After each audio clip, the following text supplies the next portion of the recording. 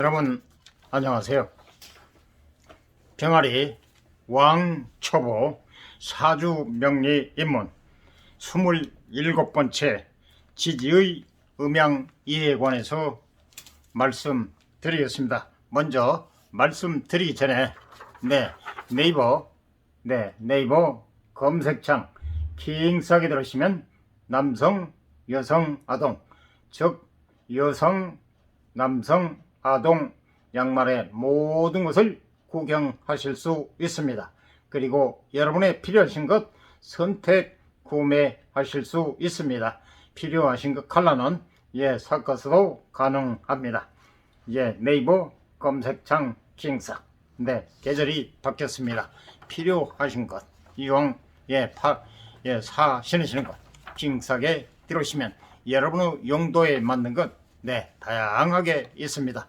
선택 구매하실 수 있고 컬러는 섞어서도 가능합니다. 그럼 지금부터 지지의 음양 이해에 관해서부터 말씀드리겠습니다. 병아리 왕초보 사주 명리 입문 오늘은 27번째 지지의 음양 이해 도면을 먼저 보시죠. 지지의 음양 이해 나오죠? 지지의 음양 이해 먼저 그러면 설명을 드리겠습니다. 지지의 음양 이해 지지 음양의 변천 지지의 음양은 지지는 땅을 의미한다고 그랬죠. 천간지지 그래서 약자로는 간지 끝에 자만 택해가지고 천간할 때 간 지지할 때 지해서 간지라고 하는데요. 천간하고 지지한데 지지는 땅, 천간은 하늘. 그래서 지금 지지의 음양은 음과 양, 오행과 지지가 오행, 목화, 토, 금수 오행과 지지가 결합할 초창기부터 양음의 순서로 인식되어 왔음. 고대의 관점 지금 도면을 보시면 여러분이 보실 때 좌측 네모칸이요.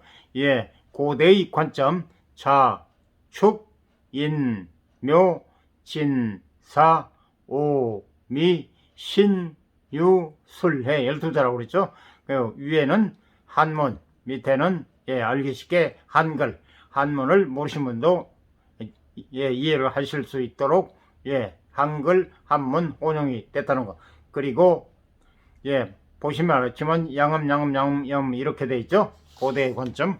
그래서 고대의 관점이 자는 양, 축은 인은 양, 묘는 진은 양, 사는 오는 양. 그래서 순서상 미는 신은 양, 유는 술은 양, 해는 이런 식으로 되어 있었습니다. 이러한 관점이 명대 후반까지 이어지다가 청대 초 진소암 사람 이름입니다. 진소암의 명리약은 가로 열고 1640년 이후부터 지지의 음양이 다음과 같이 인식됨. 근대의 관점. 다시 근대의 관점을 도면을 보시죠. 근대의 관점. 1640년 이후 진소함.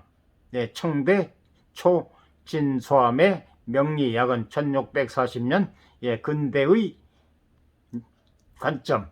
자, 축, 인, 묘, 진, 사, 오, 미, 신, 유, 술해 하면 바로 밑에는 한글.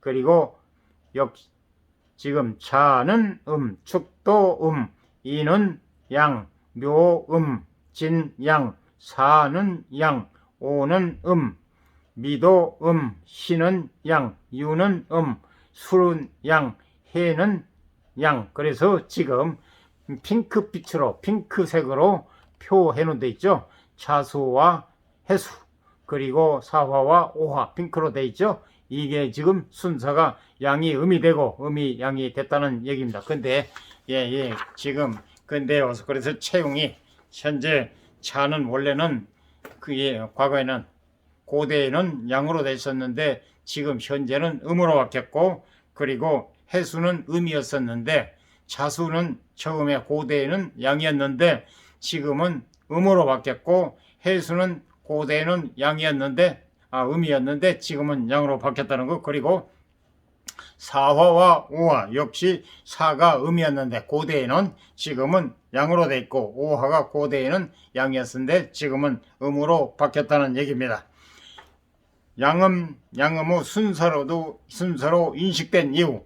첫째, 천간이 양음, 양음의 체계를 따르기 때문에 지지도 양음, 양음 체계를 따라야 한다는 관점. 두 번째, 항상 양이 먼저 앞장서야 하고, 남자들이 앞장서죠. 항상 양이 먼저 앞장서야 하고 음이 뒤따라야 한다는 양존 음비 관점. 요즘은 음이 득세해가지고 안주의 여자들 아주 똑똑하잖아요.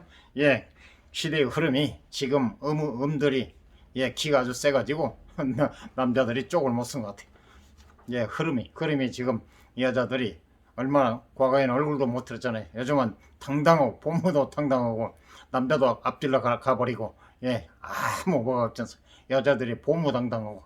그래서 항상 양이 먼저 앞장서야 하고 음이 뒤따라야 한다는 양존 음비 관점이고, 세 번째는 하나의 간지는 약자로 천간할 때 간, 지는 지지할 때 지. 그래서 간지, 천간과 지지를 약자로 간지라고 한다. 간지를 이룰 때 천간과 지지가 같은 음양으로 구성되어야 한다는 관점. 다음은 밑에 도면을 보시겠습니다. 도면. 지지의 음양 이해, 고대의 관점과 근대의 관점 비교해가지고 나왔습니다. 고대의 관점, 근대의 관점, 그리고 좌측에는 또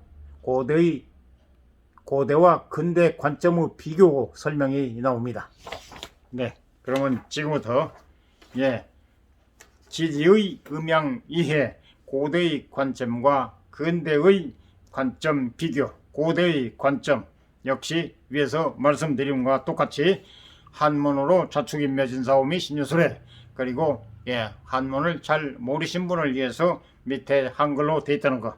그리고 자는 역시 지지는 동물을 이해하기 쉽도록 자, 지, 축, 소, 인, 호랑이, 묘, 토끼, 진, 상상의 동물 용, 그리고 사, 뱀, 오, 말, 미, 양, 그리고 신, 원숭이, 그리고 유는 닭, 그리고 술은 개, 해는 돼지. 동물. 그래서 이해하기 쉽게 동물로 비교를 했답니다. 그래서 고대는 역시 양음 이런 식으로 순서로 했는데, 근대에는 조금 전에 설명을 드렸다시피 자수는 원래 고대는 양이었는데 근대에는 양음으로 바뀌었다는 거. 자수, 수와 화와 수만 양음이 서로 바뀌었다는 거. 그러니까 자수가 원래 고대는 양이었는데 근대는 음으로 바뀌었고, 그리고 해수가 고대에는 음이었는데 현대는 양으로 바뀌었다는 것, 체형이 바뀌었다는 겁니다. 그리고 사화와 우화, 우화 역시 수와 화라고 그랬죠. 불과 물. 그래서 사화, 과거에는 고대에는 사가 음이었는데 지금은 양으로 바뀌었고, 그리고 우화는 근대, 고대에는 음이었는데 고대에는 양이었는데 현대는 음으로 바뀌었다는 것.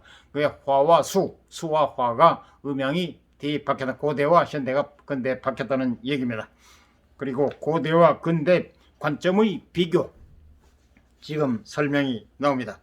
수화에, 그리고 자수, 해수, 그리고 화, 사화, 오화, 수화에 해당하는 지지만 음양이 바뀜. 고대와 근대가 바뀌었다는 얘기입니다. 과거에 양이었던 게 그리고 음이었던 게 양. 그래서 수와 화만 바뀌었다는 것. 따라서 이러한 역사적 변천을 설명하기 위해 수와 화는 너무 극단의 기운이므로 체와 용이 바뀐 것으로 이해함. 체용이 바뀐다는 것의 의미, 뜻, 겉으로는 양이지만 가로 열고 겉으로는 양이지만 실제로는 음적인 가로 열고 양 음적인 작용을 한다는 말. 하지만 이는 지지의 음양이 바뀐 것에 대한 그럴싸한 겉포장이고 실제로는 이 시기에 명리학의 역사에서 대전환이 이루어진 것임. 과거의 명리학은 지지에 대해 두루뭉술하게 이해함. 그래 깊이가 없어서 잘 몰라가지고 뭘 좀 잘 모르면 두루뭉실하게 넘어간다고 그러잖아요. 그래서 과거의 명리학은 지지에 대해 정확히 잘 몰라서 두루뭉술하게 이해함. 근대의 명리학, 과거 근대와 고대와 근대 지금 비교합니다. 근대의 명리학 가로 열고 명대 후반 가로 닫고 지지의 지장간을 이해하게 됨. 지지의 지장간 말씀드렸죠. 여러분 지지 안에 숨어있는 천간, 지지 안에 들어있는 천간. 지지는 딱 차면 한자인데 그 안에 임계에서 두자가 천간이 들어요. 임수와 개수가 들어갔다. 축은 또 개신기, 개수, 신금, 기, 토 이렇게 세 개가 들어있다는 거. 좌우묘유, 왕지, 사계대로 왕지 중앙에서 아주 왕성한 활동을 하는 왕지는 두 자로만 되어 있는데 좌우묘유 오에 한해서만 오에 병기정, 병화와 기토와 정화. 그래서 가운데 기토가 중재에 관한다는 것. 이것만 예로 세자로 되어 있다는 것. 이걸 여러 번 말씀드렸죠. 그래서 명대 후반 지지의 지장간을 이해하게 됨. 지지에 어떤 천간의 요소가 포함되어 있는지 알 수 있음. 지장간이 나와 있기 때문에 따라서 천간의 음양을 그대로 지지의 정기의 간지에 적용하면 정확한 지지의 음양을 확인할 수 있음. 지장간의 초기, 여기, 처음, 그리고 중기, 그리고 본기, 정기 이 세 본기, 정기에 정확한 음양 프로텍트까지 나와 있기 때문에 지장간의 원뜻을 잘 알 수 있다는 얘기입니다. 음양을 확인할 수 있음. 새롭게 등장한 지장간 체계를 사용하기 위해서는 음양이 바뀐 것에 대한 설명이 필요한데 그렇죠. 과거 고대에는 양음했었는데 근대에는 자수와 해수는 서로 음과 양이 바뀌고 사화와 오화 역시 음양이 바뀌었다는 것. 이것에 대한 지금 얘기입니다. 음양이 바뀐 것에 대한 설명이 필요한데 조상들의 신통함과 영험함에 상처를 내기 싫어서 체형이 바뀌었다라는 그럴싸한 논리로 포장함. 다음은 역시 주기와 연월시에 관해서 말씀드리겠습니다. 먼저 도표를 보시죠. 도표. 주기와 연월일시, 그리고 연주, 월주, 일주, 시주 이렇게 타이어 모양으로 그림이 표시가 되어 있죠. 우선 지금 보여드리는 도표를 설명드리고 다음에 또 도표를 보여드리겠습니다. 주기와 연월일시. 연주는 천간과 지지, 연지 합해서 연주. 위에는 그냥 네 기둥이라고 밑에까지 같이 해서 사주팔자 그러잖아요. 연주, 월주, 일주, 시주 해서 사주팔자. 그래 천간과 지지가 모두 같이서 음양이 해서 8개. 그래서 사주팔자. 위에는 천간은 기둥, 밑에 지지까지 포함해서 사주팔자. 넷 더하기 넷은 8, 넷 곱하기 2는 8. 그래서 사주팔자. 여러분이 많이 흔히 들어보셨을 겁니다. 사주팔자. 아이고 이놈의 팔자야. 아이고 이놈의 팔자는 못 속여. 과거에 어르신들이 많이 그런 말을 했죠. 팔자는 절대 벗어날 수 없다. 그래서 저도 살아보면서 이런 걸 많이 느끼거든요.